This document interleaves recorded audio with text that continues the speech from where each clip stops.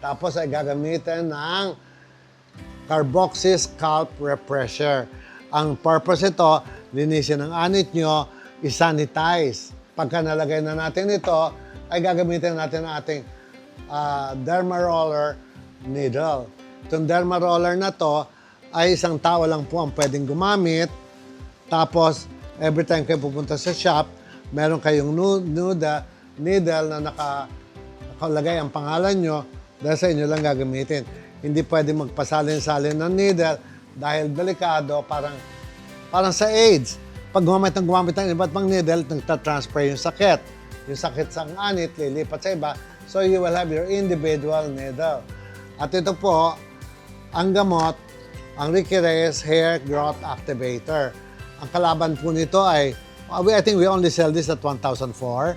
Ang kalaban nito, minoxidil na 3,008 and Nubo Hair na 4,003. So ang layo-layo, 1,400 lang po ito.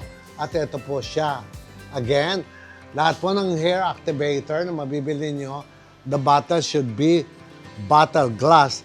Huwag kayong bibili kung plastic dahil mawawalang epekto pag sa plastic siya. Ito ang kanyang bukas, papatakin dyan, tapos ilalagay dito sa needle.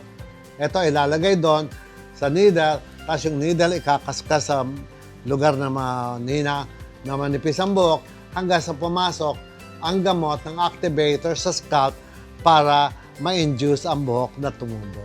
Ito po ang the latest ng Ricky Reyes, ang Hair Carboxy Treatment.